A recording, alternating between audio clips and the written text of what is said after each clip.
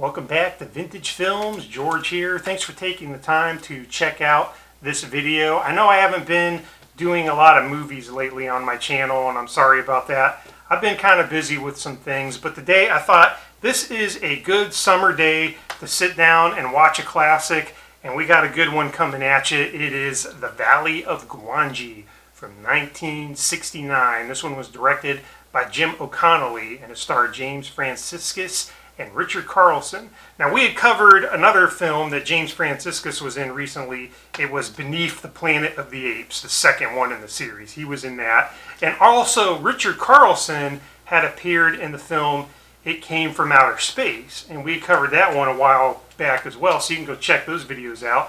And they are in this one.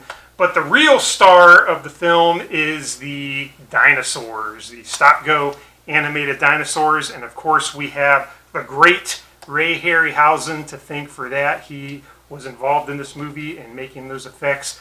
I am a big fan. You've probably seen me talk about him before in some other videos.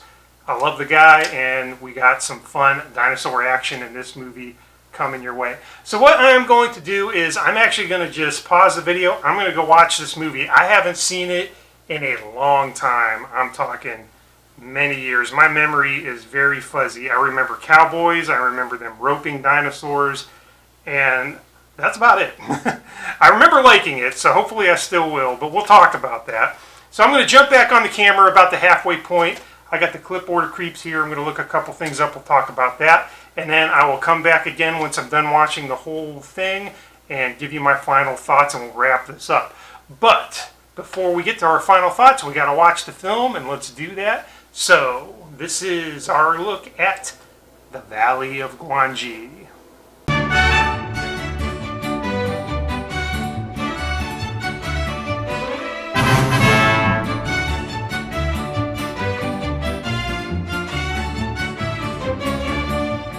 Okay, so we're checking back in at the halfway point.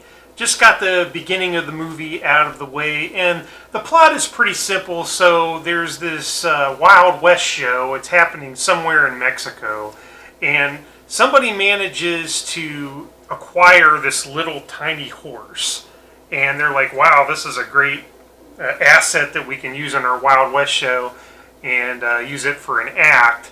And for various reasons, they track down where this came from, and they decide to go out to this hidden valley where this tiny horse supposedly come from and see if they can find more tiny horses, and instead they find dinosaurs. So I'm just now at the point where they're getting to the valley and the dinosaurs are finally starting to show up, and this is halfway through the movie, so we haven't gotten to the things that I remember from watching this when I was a kid, which is all the dinosaur stuff. So that should be coming up in the next half, and we'll talk about that when we do our wrap up. But before then, I've got the clipboard of creeps here, and I just thought I would throw a few trivia things at you. I always like to do that with these videos, and I found a couple interesting things. First of all, Gwangi, the title, that is actually a Native American word that means lizard.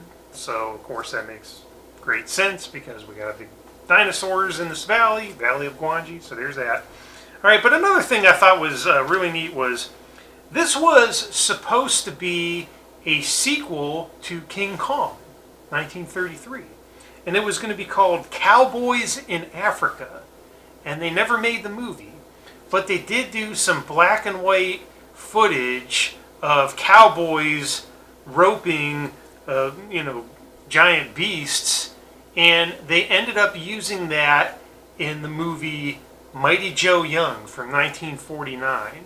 And we covered Mighty Joe Young here, and I have that video if you want to go check that out. And they ended up using the black and white footage of cowboys roping stuff in that movie, and they eventually made Valley of Gwangi with cowboys roping dinosaurs. So a little bit of a connecting there that I thought was kind of interesting. Okay, one more thing about the movie was it actually took a year and a half to make, which is a long time. And the sequence where the cowboys are roping the dinosaurs took like 2 months to do. Now, during that time, the studio had some executive changes. And when the new executives came in and the film wasn't done yet, they didn't have a lot of faith in it. So they didn't put a big marketing campaign behind it. And because of that, the movie kind of tanked at the box office. So this new regime came in, took a look at what they were making, weren't too into it, and just kind of threw it out there without a lot of fanfare, and it didn't hit very big in the box office. So that's too bad. But yeah, as far as the movie goes, I will say this first half has been a lot of build-up. There was some neat stuff with the Wild West show. There was some cool stunts. I liked all that. But now that we finally got to the valley, I'm thinking things are going to pick up, and I'm really excited about that. So I'm just going to go back and finish this off. I will be back on camera here in a little bit to tell you my final thoughts. All right, see you in a few more. Okay, and I have just finished the final part of Valley of Gwangi. It definitely picks up in the second half. They get to the valley, and the dinosaurs show up, and it really starts to move from there. And one of my favorite parts is there's this character named Carlos. And in the early part of the film where they were showing the Wild West stuff, there was this part where this bull was charging, and Carlos runs in and saves a little boy and wrestles the bull to the ground. And he was pretty tough.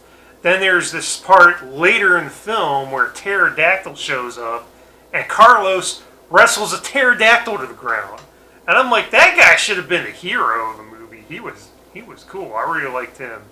But yeah, I think that was probably my favorite part of the whole thing, was when Carlos wrestled that pterodactyl. Really, the plot, like I said, is pretty simple. They just want to get a dinosaur, take it back to their Wild West show, and make some moolah.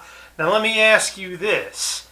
If they bring a dinosaur back, do you think there's a chance it might run amok? Spoiler warning, it runs amok. But hey, that's where the fun is, you know. Dinosaurs, cowboys, I like them both. They come together, and it works. That's Valley of Gwangi from 1969. Now, I'm curious, are there any other classic man meets dinosaur movies that you can think of that are pretty good? One that comes to mind for me is The Land That Time Forgot. But I wonder, are there some other titles out there that is something similar to this vein, where you got people and dinosaurs mingling together and having a hootenanny?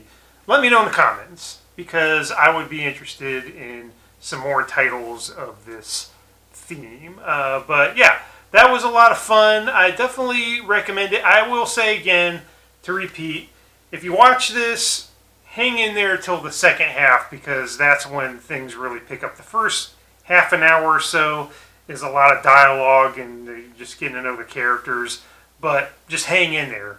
The dinosaur fun, the Ray Harryhausen effects kicks in, and you got a good time. Very good. Alright, that is our look of this film. Thanks again for watching. I will be coming back with some more views on some more of these classic films. So until the next time, have a good one.